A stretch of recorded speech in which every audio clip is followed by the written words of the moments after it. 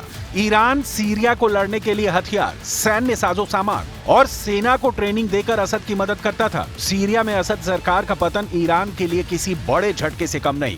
इस बीच सीरिया में भी जुलानी के लिए हालात लगातार बिगड़ते जा रहे हैं। सीरिया में 10 जुलानी अखबारों में, टीवी पर, मोबाइल पर, दमिश्क पर कब्जे के बाद अब तक आप हजारों बार कमांडर जुलानी का चेहरा देख चुके होंगे। कमांडर जुलानी को दुनिया का बच्चा बच्चा पहचान चुका है, लेकिन सीरिया में अब भी सैकड़ों नहीं हजारों जुलानी जैसे कमांडर हैं जो मौके की तलाश में हैं। कुछ ने तो सीधी ललकार भी भर दी है।